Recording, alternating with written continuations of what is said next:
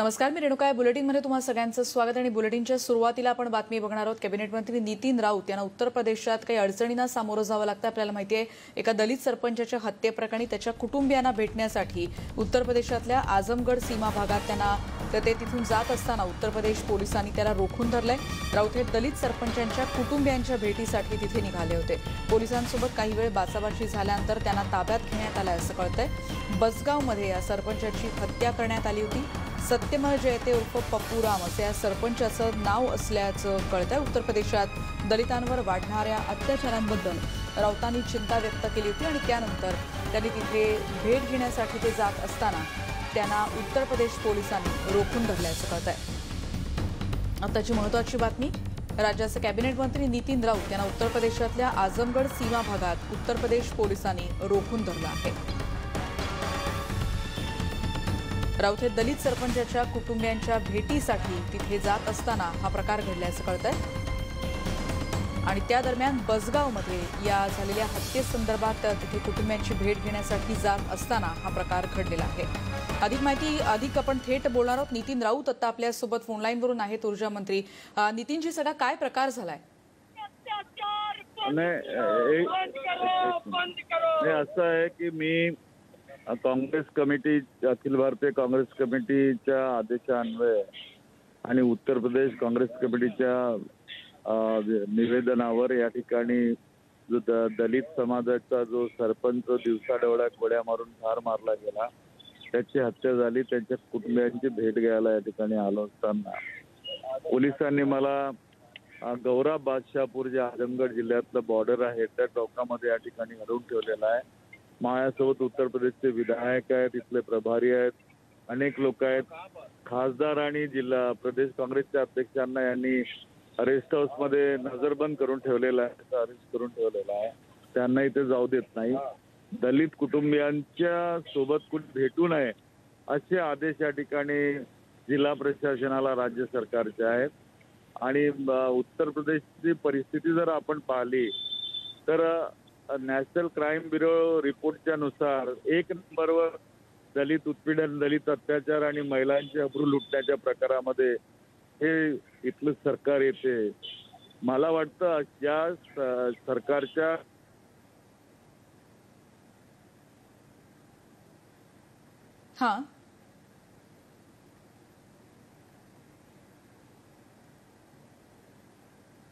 नितीन राऊत यांच्याशी आपण पुन्हा एकदा संपर्क साधण्याचा प्रयत्न करणार आहोत. पण नितीन राऊत यांना आझमगड सीमा भागात रोखण्यात आलेलं आहे. सरपंचांच्या कुटुंबियांना ते भेटू न देण्याचे आदेश राज्य सरकारनं दिलेत असं त्यांचं म्हणणं आहे आणि त्यामुळे त्यांना रोखून धरण्यात आलेलं आहे. आणि आताची दृश्य आपण बघतोय, उत्तर प्रदेश पोलिसांनी ही कारवाई केल्याचं कळतंय.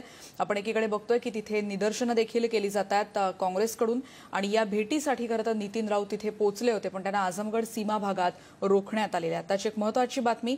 आणि उत्तर प्रदेशमधल्या एका दलित सरपंचाची हत्या करण्यात आली होती आणि या प्रकरणात तिथल्या कुटुंबियांची भेट घेण्यासाठी खरं तर नितीन राऊत काँग्रेस पक्षातर्फे तिथे जात होते, पण त्यांना तिथे रोखून धरण्यात आलेलं आहे. एकूणच आतापर्यंत उत्तर प्रदेशात वाढत चाललेल्या अत्याचारांबद्दल देखील नितीन राऊत यांनी चिंता व्यक्त केली आहे.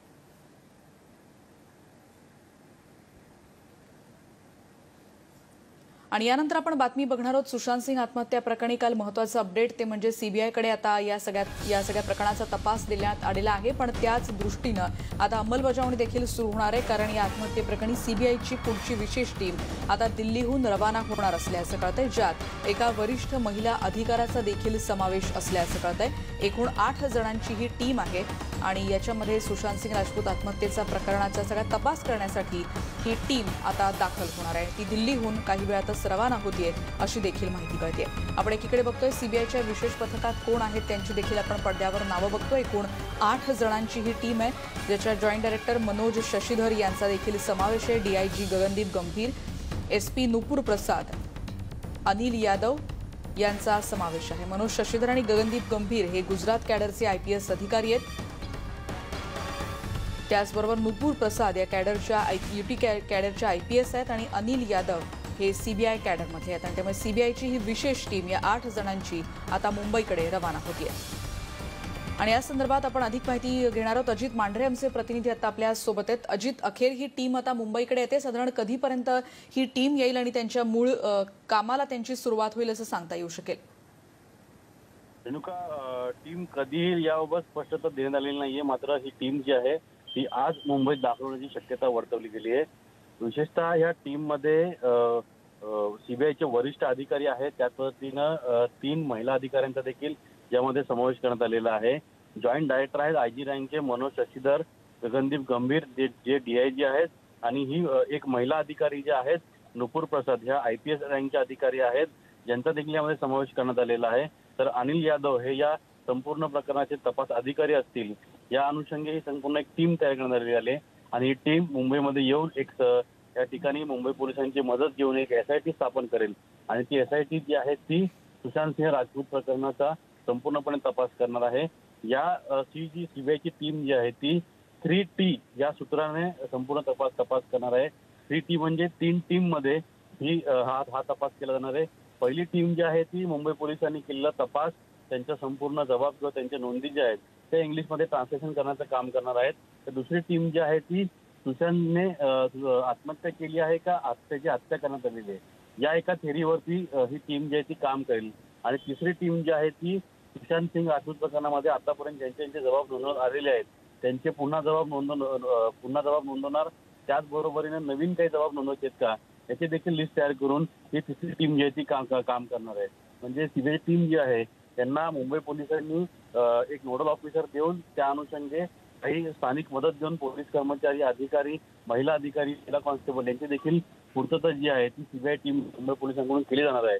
त्यामुळे आता ह्या संपूर्ण प्रकरण तपास जो आहे तो सीबीआय इकडे आल्यानंतर जलद गतीने करेल यात काही शंका नाही. धन्यवाद अजित, या माहितीबद्दल. आपण बघतोय या क्रमानुसार ही टीम आता काम करणार आहे आणि त्यासाठी आज कदाचित ही टीम मुंबईत पोहोचेल अशी शक्यता व्यक्त केली जाते. आणि या संदर्भातली आणखीन एक बातमी आपण बघणार आहोत. लेखक आणि दिग्दर्शक रुमी जाफरी यांची सध्या ईडीकडून चौकशी सुरू असल्याचं कळतं. आपल्याला माहिती आहे सुशांत सिंह राजपूत आणि रियासोबत एक नवीन सिनेमा काढणार होते अशी देखील माहिती कळते. आणि या चित्रपटासाठी सुशांतला त्यांनी किती पैसे दिले होते आणि अन्य संबंधित प्रश्न यावेळी रुमी जाफरी यांना विचारले जाण्याची शक्यता आणि त्यांची आता ईडीकडून सध्या चौकशी केली जाते. आताची एक महत्त्वाची बातमी सुशांत सिंह राजपूत प्रकरणामधली.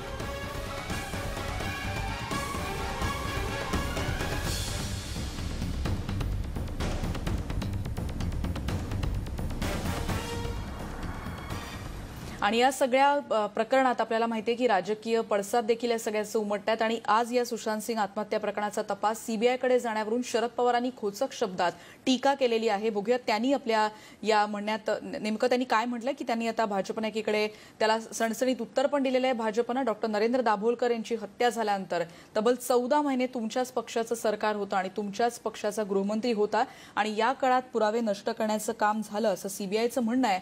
आपल्या कवडी मोलाची किंमत नसलेल्या नातवाचं तेव्हाच ऐकलं असतं तर अशी खोचक पद्धतीनं खोटं बोलण्याची वेळ आली नसती असं भाजपकडून अतुल भातखळकर यांनी पवारांना उत्तर दिलंय.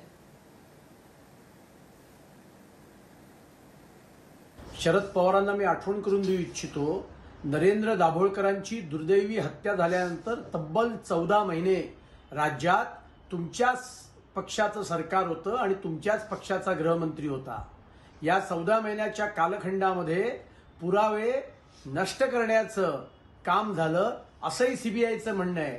त्यामुळे शरद पवारजी, जर का आपण आपल्या कवडी मोलाचीही किंमत नसलेल्या नातवाचं ऐकलं असतं तर अशा खोचक पद्धतीने आणि खोटं बोलण्याची पाळी आज आपल्यावर आली नसती. आता सीबीआयकडे तपास गेलाय. सीबीआय 100% याचा तपास लावेल याची महाराष्ट्राच्या आणि देशाच्या जनतेला खात्री आहे. आणि भाजपाच्या या प्रतिक्रियेनंतर पुढची बातमी आपण बघणार आहोत. राज्यात अधिकाऱ्यांच्या होणाऱ्या बदल्यांवरून आता भाजपचे प्रदेशाध्यक्ष चंद्रकांत पाटील यांनी आता टीका केली आहे. बघूयात त्यांनी आपल्या ट्विटमध्ये काय म्हटलंय. महाराष्ट्रात एका नव्या मंत्रालयाची स्थापना करण्यात आली आहे असं पाटील यांनी आपल्या ट्विटमध्ये म्हटलं. इतकंच नाही तर ट्रान्सफर मंत्रालय असं या मंत्रालयाचं नाव आहे असा टोला देखील त्यांनी लगावलाय. राज्यात अधिकाऱ्यांच्या बदल्यांमध्ये भ्रष्टाचार होतोय असा आरोप याआधीच पाटील यांनी केला होता आणि यावेळी त्यांनी सीआयडी चौकशीची मागणी देखील केली होती. या प्रकरणी कोर्टात जाण्याचा इशारा त्यांनी दिला आहे.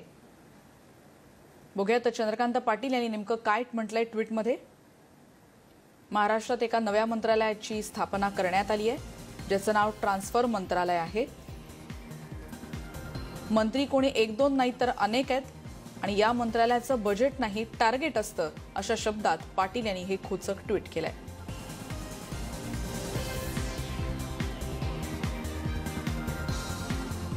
पुढची बातमी आपण बघणार आहोत. सामनाच्या अग्रलेखावर आता आमदार नितेश राणे यांनी ट्विट करून एक टीका केली आहे. बघूयात नेमकं त्यांनी काय म्हटलंय. नाईट लाईफ करताना यांना मराठी माणूस दिसला नाही आणि मराठी कलाकार दिसले नाही, तेव्हा दिनो, जॅकलीन आणि दिशा पाहिजे असतात, त्यांना वाट लागल्यावर लगेच मराठी माणूस, अशा शब्दात ही नितेश राणे यांनी टीका केली. आपण बघतोय सामनाच्या अग्रलेखावर त्यांनी ही टीका केलेली आहे.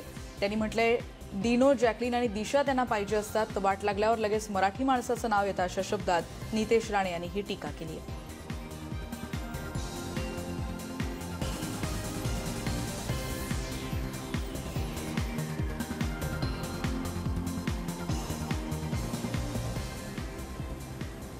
आणखीन एक राजकीय आरोप प्रत्यारोपाची बातमी आपण बघणार आहोत. मुंबईच्या महापौरांसंदर्भात मनसेनं नेमकं काय म्हटलंय आता आपण बघणार आहोत. कारण मुंबईच्या महापौर किशोरी पेडणेकरांवर आज मनसेने एका पत्रकार परिषदेतून गंभीर आरोप केलेले आहेत. मुंबईमध्ये जम्बो कोविड सेंटरची कामं महापौरांच्या मुलाच्या कंपनीलाच कशी काय मिळाली, यामध्ये महापौरांनी त्यांच्या पदाचा गैरवापर करत मुलाच्या कंपनीचा लाभ करून दिलाय, असा आरोप आता महाराष्ट्र नवनिर्माण सेनेनं केलाय.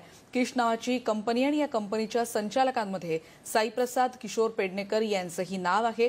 कंपनीच्या वेबसाईटवर तसं नमूद आहे आणि मुंबईतल्या वरळी नाक्याजवळ या कंपनीचं कार्यालय आहे. त्यामुळे महापौर पेडणेकरांनी आता राजीनामा द्यावा, अशी मागणी मनसेकडून करण्यात आली आहे. या प्रकरणाचा पर्दाफाश करण्यासाठी मनसेचे नेते संदीप देशपांडे आणि नितीन सरदेसाई यांनी आज एक पत्रकार परिषदही घेतली.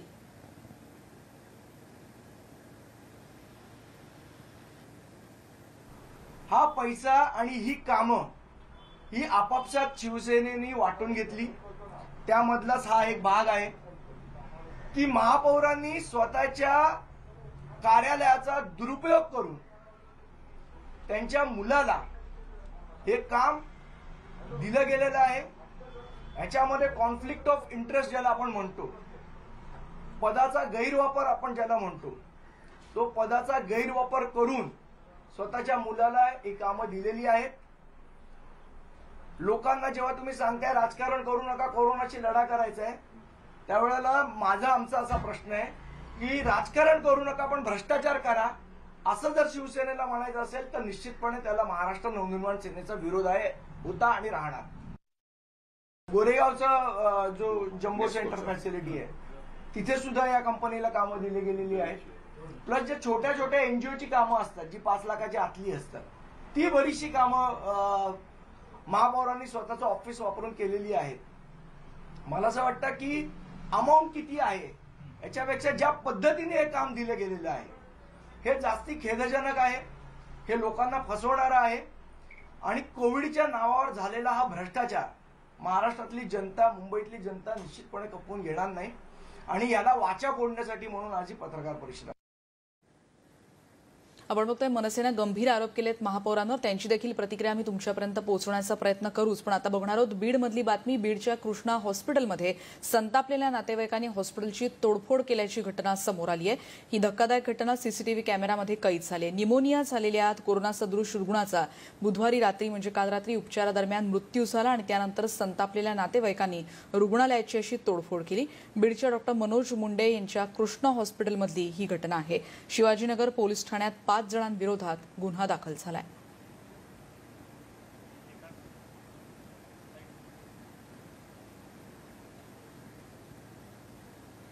बीडच्या बातमीनंतर पुढची बातमी आहे. केंद्र सरकारतर्फे स्वच्छ भारत अभियानांतर्गत राबवण्यात आलेल्या स्वच्छ भारत सर्वेक्षण 2020 याचे निकाल आता हाती आलेले आहेत आणि ज्याच्यामध्ये इंदोर हे देशातलं सगळ्यात स्वच्छ शहर ठरलेलं आहे. सलग 4थ्यांदा इंदोरनं यात बाजी मारली आहे. गुजरातमध्ये सुरतचा 2ऱ्या क्रमांकावर नंबर लागतो आणि तर 3ऱ्या क्रमांकावर नवी मुंबई आहे. 3ऱ्या क्रमांकाचं सर्वात स्वच्छ शहर ठरलंय नवी मुंबई. स्वच्छ सर्वेक्षण 2019 मध्ये नवी मुंबईनं स्वच्छ शहरात राज्यात प्रथम आणि देशात 7वा क्रमांक मिळवला होता. केंद्रीय शहरी विकास मंत्रालयाच्या वतीनं हरदीप सिंग पुरी यांनी याबद्दलची घोषणा केली. स्वच्छ भारत सर्वेक्षणाचं हे 5वं वर्ष आहे.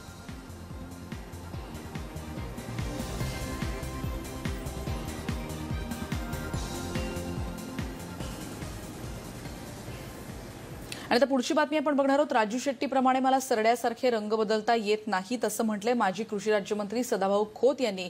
त्यांनी अशा पद्धतीनं टीका केलेली आहे. आमच्यासारख्या फालतू माणसांमुळेच तुम्ही आमदार आणि खासदार पदापर्यंत पोहोचता असा टोला देखील त्यांनी शेट्टींना लगावलाय. दूध दरावरून सोलापुरात राजू शेट्टींनी टीका केली होती आणि त्याला उत्तर देताना आता खोत यांनी त्याला जोरदार पलटवार दिलाय. सांगलीच्या इस्लामपूरमध्ये ते बोलत होते.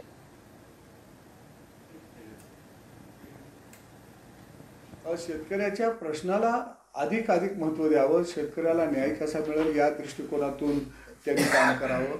ठीक आहे, आम्ही फालतू माणसं होतो, पण ही संघटना फालतू माणसांनी वाढवली म्हणून तुम्ही आमदार होऊ शकला, म्हणून तुम्ही 2 वेळा खासदार होऊ शकला, म्हणून तुम्ही शेतकऱ्यांचे नेते म्हणून बिरोधरी घेऊन राज्यभर देशभर तुम्ही फिरू शकला. पण मला त्यांच्यासारखं सरड्यागत रंग बदलता येत नाहीत. पुढची बातमी आपण बघणार आहोत. तब्बल 5 महिन्यांनी आज एसटी सुरू झाली आणि त्यामध्ये सगळ्याच प्रमुख शहरांमधून आता या एसटीची वाहतूक सुरू झाली आहे. काय काय प्रतिक्रिया मिळतात ते देखील आपण तुमच्यापर्यंत पोहोचवतोय. काही दृश्य देखील आता आपण बघणार आहोत ज्याच्यामध्ये मुंबई असेल, पुणे असेल, त्याचबरोबर नागपूर, जालना, पंढरपूर या सगळ्या ठिकाणची एकीकडे आपण दृश्य बघतोय. काही ठिकाणी आपण बघतोय की इथे प्रवाशांना सॅनिटायझर देखील देण्यात आलं होतं. अनेक ठिकाणी एसटी समोर नारळ फोडून आणि फटाके वाजवून आजचा दिवस देखील साजरा केला जातोय. पण पहिलाच दिवस आहे त्यामुळे बहुतेक सर्वच डेपोंमध्ये आज प्रवाशांची संख्या कमी दिसली. तब्बल 5 महिन्यांनी आज एसटीची वाहतूक सुरू झाली.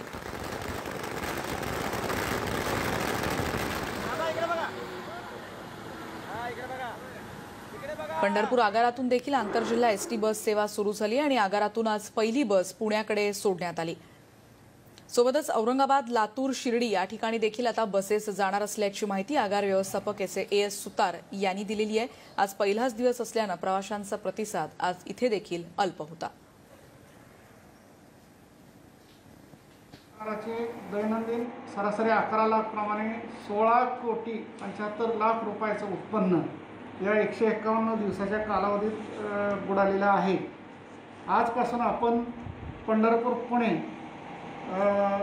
या मार्गावर 7 फेऱ्या, पंढरपूर सोलापूर या मार्गावर 13 फेऱ्या, पंढरपूर टेंभुर्णी या मार्गावर 12 फेऱ्या, पंढरपूर लातूर, पंढरपूर शिर्डी आणि पंढरपूर औरंगाबाद या मार्गावर प्रत्येकी 1 फेरी अशा फेऱ्या चालू केलेल्या आहेत.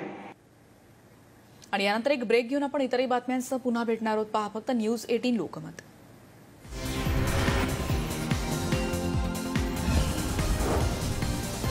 आणि आता बातमी आहे गणपती बाप्पाचं आगमन अगदी काही दिवसांवर आलेलं आहे आणि त्यासाठी आता गणपती मूर्ती घेऊन जाण्याची लगबग सुरू झालेली आहे. आणि अशीच सगळं संकट दूर व्हावं अशी प्रार्थना केली आहे शिल्पा शेट्टीनं देखील. विघ्नहर्त्याकडे तिनं हे प्रार्थना केली आहे. आज लालबागमध्ये दरवर्षी स्थापन होत असलेल्या लालबागच्या राजाची प्रतिकृती घेऊन घेण्यासाठी म्हणजे ती लहान मूर्ती घेऊन जाण्यासाठी आज शिल्पा शेट्टी तिथे आली होती आणि पर्यावरण पूरक असलेल्याच गणेश मूर्तीची स्थापना त्या शिल्पा शेट्टीच्या घरी होत असते.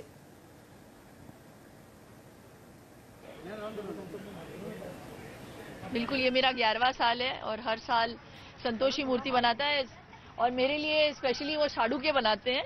तो we also keeping in mind our ecology and you know making sure that we are not abusing the planet. लेकिन बहुत मुश्किल की घड़ी है. इस महामारी ने पता नहीं बहुत सारे अरमानों को कुचल दिया है. लेकिन उसी भक्ति भाव के साथ मैं भी आई हूँ आज और धूमधाम का पता नहीं मुझे, लेकिन बहुत भक्ति भाव और श्रद्धा के साथ मैं उन्हें मनाऊंगी. और भगवान करे विघ्नहर्ता इन सारे विघ्नों को निकाल बाहर करे हमारी जिंदगियों से. And I really hope everyone is safe and healthy. Happy Ganesh Chaturthi. त्यामुळे कोरोना संकटातून सगळ्यांची लवकरात लवकर या सगळ्यातून सुटका व्हावी आणि नेहमीसारखं आयुष्य प्रत्येकाला जगता यावं अशीच प्रार्थना प्रत्येक जण या विघ्नहर्त्याकडे करणार आहे. या बुलेटिनमध्ये या बातमीनंतर आपण इथेच थांबतो आहोत. पहा फक्त न्यूज 18 लोकमत.